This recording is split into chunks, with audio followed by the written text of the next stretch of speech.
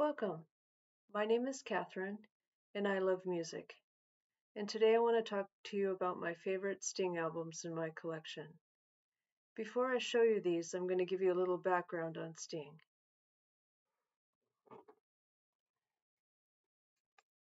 This is his memoir, Broken Music. It was released in 2003. I really enjoyed this book, and I especially like reading about his childhood, where he grew up in Wallsend, England. And this is an area of England where they build ships. And this had a big impression on him when he was a little kid.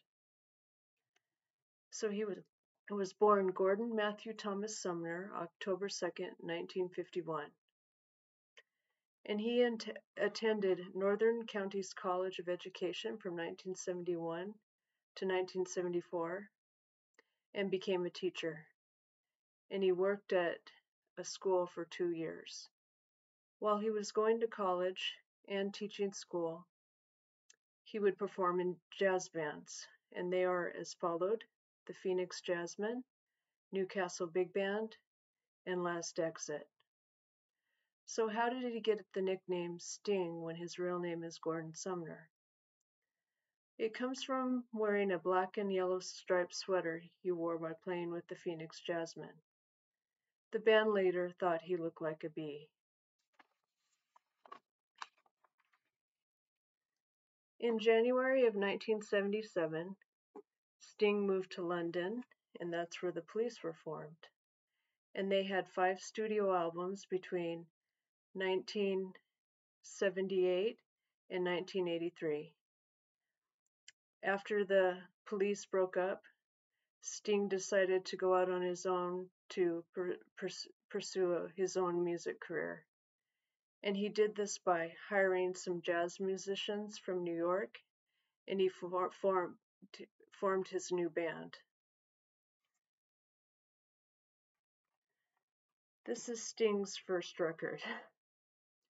It's called Dream of the Blue Turtles. And the title comes from writing the songs while he was staying in the Caribbean. And he was also reading a book by Carl Jung about understanding dreams. The singles on this record are If You Love Somebody, Set Them Free, Love is the Seventh Wave, Fortress Around Your Heart, Russians, and Moon Over Bourbon Street. I can listen to this record from start to finish and enjoy every song on it. I was 15 years old when it came out, and it was just really exciting to get an album from Sting after the Police broke up. So if I were to pick the songs I like on it, I'm going to pick the first 2. The first one is If You Love Someone, Set Them Free. That title comes from a writer named Richard Bach, and the quote is, "If you love something, set it free. If it comes back to you, it's yours. If not, it was never meant to be." And Sting said this song was the antidote to the 1983 song Every Breath You Take. So this album is known as the Forgiveness album. The other song I like is Love is the Seventh Wave, and I like it because it has a reggae rhythm. And at the end of the song, it has some lyrics from Every Breath You Take. It goes, "Every breath you take, every move you make, every cake you bake."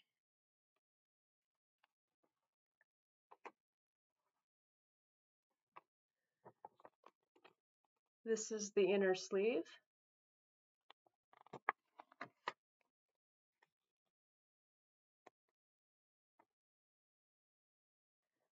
It also has a poster, and this shows the lyrics and the meaning of the songs.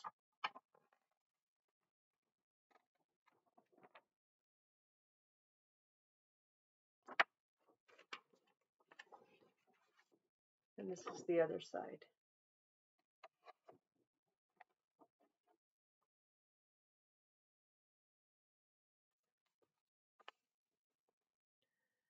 The next album is called Nothing Like the Sun.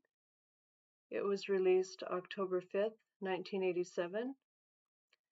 The title comes from a fictional biography about William Shakespeare's life by Anthony Burgess. The singles are We'll Be Together, Be Still My Beating Heart, Englishman in New York, Fragile, and They Dance Alone. So for me, the favorite and standout song is Englishman in New York. And it was written for a man named Quentin Crisp, who was an actor. He was from London and he moved to Manhattan, New York. And I just like the message in this song. It goes, if manners make a man, as someone said, he's the hero of the day. It takes a man to suffer ignorance and smile. Be yourself, no matter what they say. So I had to look up this quote. Who said, if manners make a man?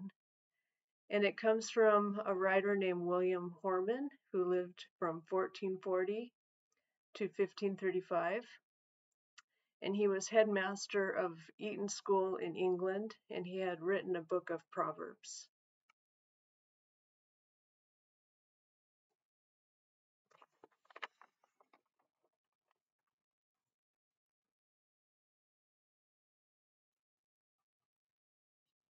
This next album is called The Soul Cages.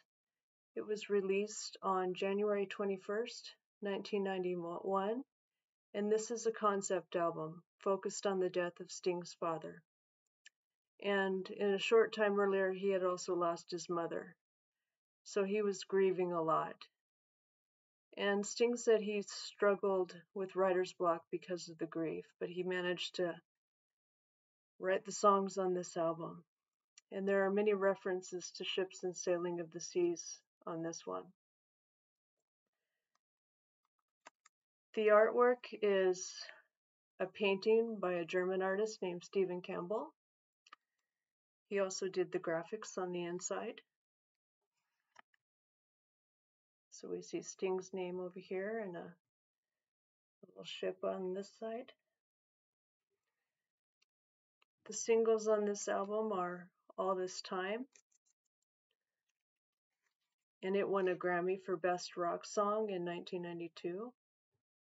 And Mad About You, The Soul Cages, and Why Should I Cry for You. And this album is best listened to from start to finish. The songs connect. It's more somber than the other albums, but it doesn't make me sad. In fact, it's very comforting. And I like to listen to it at night because it makes me feel relaxed.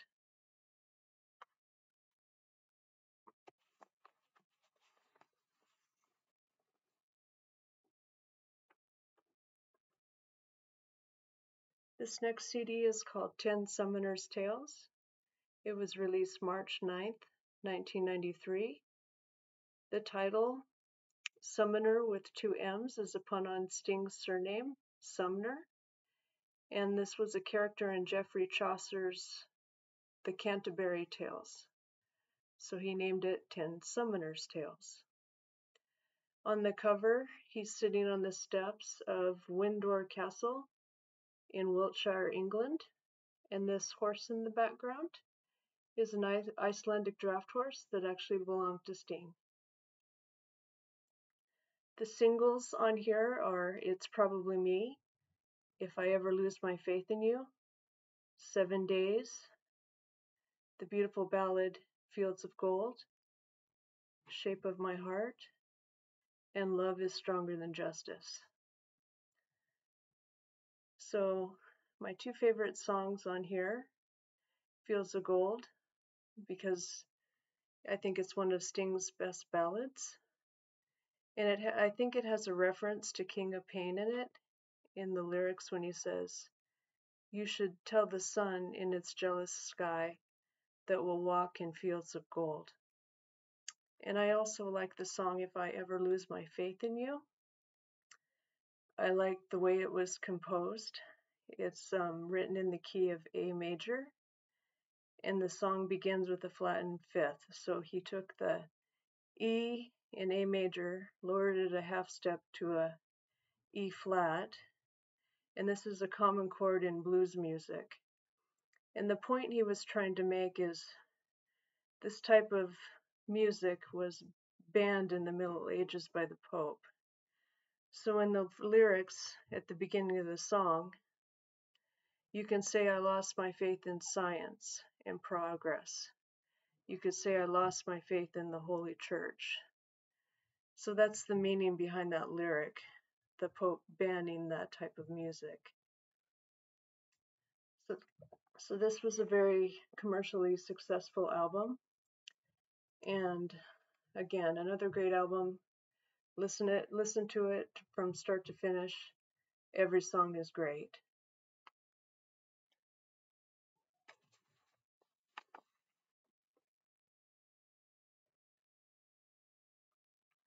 This album is called All This Time. It was released November 5th, 2001, and it's a live album of a concert he performed at his home in Italy. And on the liner notes on the inside, it says, this album was recorded on September 11th, 2001, and is respectedly dedicated to all those who lost their lives. So the background is this was well planned before September 11th. The musicians had come to Sting's home and practiced and rehearsed and worked very hard. And when the unexpected terrorist attack happened in New York, Sting wanted to just cancel the whole thing. But his musicians convinced him to reconsider. So what they did was they just changed the set list and made it appropriate for what was going on at that time. They eliminated 2 songs, Desert Rose and Every Little Thing She Does Is Magic, and they began with the song Fragile. So for me, this is like a compilation album. It has songs from some of his other records, and I especially like the ballad When We Danced. I think it's another beautiful ballad by Sting.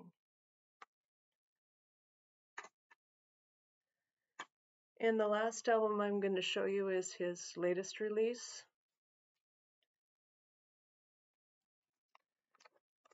It's called The Bridge, and he wrote this during lockdown 2020 when we were going through the corona pandemic. So front, the back, it's a gatefold. It has this picture.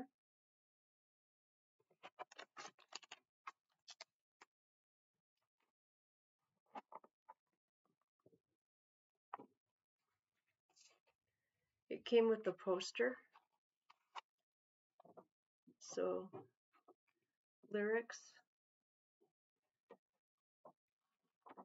This explains the meaning of the songs. And this is a painting in a Dutch gallery. And he wrote the song about St. Thomas that's on the B side, based on this painting.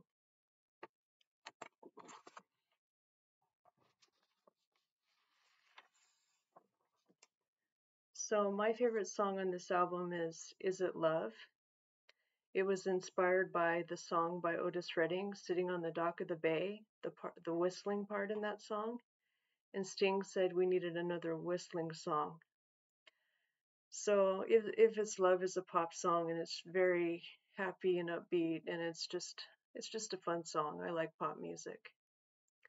And The Bridge was released November 19th, 2021. I bought it after the holiday, and I got it at Target. It was the exclusive seller of this album, and I enjoy it a lot. And I'm also looking forward to seeing Sting on September 27th, 2023 in Seattle. I saw him 30 years ago with the 10 Summoners Tales tour, and I can't wait to go to that concert. I'm very much looking forward to it and gonna try not to spend too much money on merch. So I thank you for watching this video. Please in the comments let me know what some of your favorite Sting songs are, and Thank you very much for watching.